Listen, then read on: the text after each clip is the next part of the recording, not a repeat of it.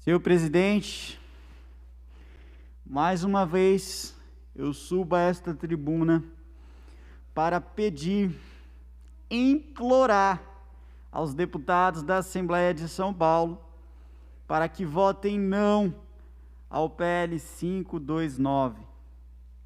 Este PL é um absurdo. É maçante o discurso repetitivo, ter que dizer 100 vezes a mesma coisa, mas não me foi dada a autorização pelo povo do estado de São Paulo para me cansar. Muito pouco foi me dada esta autoridade como deputado estadual para deixar de cobrar o governo. Então, novamente eu subo aqui para apelar à consciência dos deputados dessa Assembleia, que pelo menos analisem a forma com que foi feito este projeto de lei nesta Assembleia Legislativa, o processo legislativo. Aliás, não tem nem como analisar a forma, porque para você analisar uma forma, ela precisa existir. Não existiu. O processo legislativo não existiu. Nós tínhamos este projeto na CCJ, o governo viu que não daria quórum. João Dória, veio ventos do Palácio dos Bandeirantes, entraram aqui na Assembleia Legislativa, um vendaval, um furacão, quase que arranca o Palácio 9 de Julho do lugar, querendo que este projeto seja aprovado no máximo até quarta-feira. Então, o presidente da casa fez a relatoria especial, relator especial, com todo respeito, novamente eu digo aqui o deputado Alex de Madureira, que tem um valor incomensurável para a Assembleia Legislativa do Estado de São Paulo, não pode fazer a apreciação de mais de 600 emendas num período de 24 horas, isso é humanamente impossível. Então, senhores deputados, avaliem pelo menos a forma com que este projeto foi atropelado, com que foi tratorado nessa Assembleia Legislativa. É um desrespeito a essa Casa de Leis, é um desrespeito à Assembleia de São Paulo. Aumento de imposto à população paulista. Mas não mexe na alíquota, mas não mexe na base de cálculo, mexe sim. Aumenta o imposto sim. O poder de compra do cidadão paulista diminui sim. A inflação aumenta sim. O custo de vida aumenta sim. O PL 529 é um absurdo legislativo, uma aberração legislativa sim. E é importante que a população que está nos assistindo neste momento tenha ciência de que o responsável por isso é o governador João Dória, principalmente através da sua política do fique em casa. Desde o primeiro dia em que o estado de São Paulo foi colocado em quarentena, eu protocolei um decreto legislativo aqui nesta Assembleia, pedindo a flexibilização com todos os cuidados preventivos com relação ao coronavírus, mas dando a oportunidade para a população economicamente ativa trabalhar. E não foi pautado, obviamente, porque nesta Assembleia quem manda é o governo, quem faz é o governo, quem dá as cartas é o governo, e ninguém tem mais poder absolutamente nenhum que não seja obedecer às vontades do governo. Na segunda prorrogação, na primeira prorrogação, melhor dizendo, da quarentena, protocolei outro decreto legislativo que faria com que a população economicamente ativa novamente conseguisse trabalhar para trazer o sustento, o pão de cada dia para a sua casa. Até então nós ainda não tínhamos o auxílio emergencial do governo federal, trazido pelo presidente da República, Jair Bolsonaro. A minha intenção era fazer com que a população não passasse fome e o Estado não quebrasse, mas não foi pautado por esta casa, e o principal discurso do governador era: fique em casa. Na segunda vez em que foi prorrogada a quarentena, eu novamente entrei com outro, terceiro decreto legislativo, ignorado. Quarto decreto legislativo, ignorado. Ação judicial, basicamente o Tribunal de Justiça sequer analisou. Representação do Ministério Público.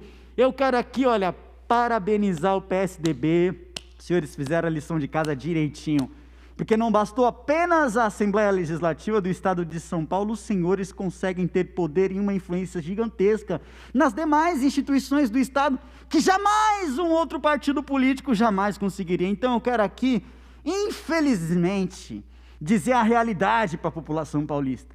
A realidade é que aquilo que está escrito na Constituição sobre a independência dos poderes não existe. Estudante de direito, eu quero, infelizmente, jogar um balde de água fria na sua cabeça.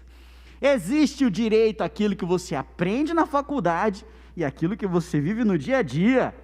Principalmente depois que você se aproxima do poder legislativo, você vê a realidade dos fatos, é que a democracia não é respeitada. E por falar em democracia não ser respeitada, senhores, que foi aquilo? Aquilo dito ontem aqui pelo excelentíssimo senhor deputado Carlos Gianazzi, que eu tenho um respeito enorme, faz uma luta combativa contra o PL 529, a respeito das emendas. Essa história de 30 milhões de reais para cada deputado votar favoravelmente ao PL 529. Caso isso se confirme, senhores, estão fraudando a democracia. Isso é um absurdo, isso é grave. Essa denúncia trazida na tribuna desta Assembleia ontem é gravíssima. É uma intervenção direta do Poder Executivo no Poder Legislativo. É sim a consolidação do mensalão do Dória na Assembleia Legislativa do Estado de São Paulo. Rios de dinheiro jorrando do Palácio dos Bandeirantes para aumentar o imposto da população do Estado de São Paulo, para trazer o desemprego à população do Estado de São Paulo, para fazer com que a população do Estado de São Paulo não consiga comprar o arroz e o feijão de cada dia. E essa Assembleia vai aprovar esse projeto de que forma? Como os deputados dessa casa vão olhar para o rosto da população que está na rua e dizer, olha, em plena pandemia, depois que o governador mandou você se enfiar dentro da sua casa, cidadão paulista, perder tudo que você tem, não conseguir trazer sustento para os seus filhos, esse mesmo governador enviou um projeto aqui para a Assembleia Legislativa para aumentar o imposto, para que o arroz e o feijão da sua casa ficassem mais caros. E sabe como foi que eu votei? Eu votei sim. Com que cara? Eu queria entender com que coragem os deputados vão conseguir dizer um absurdo desses para a população do Estado de São Paulo. E mais, caso se concretize e as provas apareçam dessas 30 milhões que estão jorrando para cada deputado que votar favorável, aí sim que vai ficar mais vergonhoso ainda. O senhor me concede uma parte, deputado? Eu concedo. Eu queria também dizer que, assim como o arroz e o feijão, eu queria saber como é que os deputados vão se explicar aos portadores de doenças crônicas, como diabetes, como pressão alta, como refluxo, enfim, todos aqueles que tomam medicação diária. Como é que vai explicar para a população que ele deixa de pagar a faixa de 7% do ICMS no medicamento, vai pagar 18%, é porque o senhor João Dória agora precisa arrecadar para o Estado. Então quer dizer que precisa ganhar dinheiro nas costas de quem tem doença crônica. A pessoa é culpada por ter doença crônica e vai ter que pagar mais que o dobro em impostos sobre os medicamentos de uso contínuo, que vão sair de 7 e vão para 18, porque graças ao croupier do Palácio, o senhor Mauro Ricardo, tudo que é abaixo de 18 é incentivo fiscal. Muito obrigado pela intervenção, deputado Frederico Dávila. E por falar em medicamento, o governador João Dória, ele é especialista em sucatear um serviço, sucatear uma instituição, sucatear aquilo que ele não quer mais, para depois, é claro, a gente tem infelizmente um histórico, eu não estou aqui acusando A ou B, mas nós temos um histórico de corrupção envolvendo o nome do PSDB.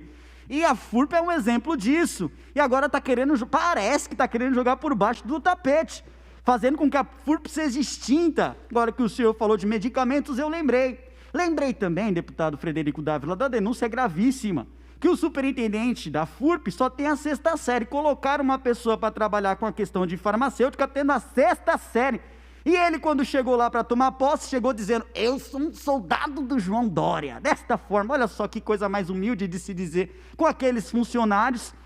Eu votarei favorável a esse PL se o superintendente da FURP conseguir resolver a fórmula de Bhaskara.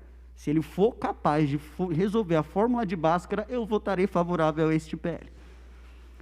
Mas nós temos uma pessoa que não tem a menor competência técnica para dirigir uma instituição tão importante para o Estado de São Paulo lá sentada. E o que o governador quer?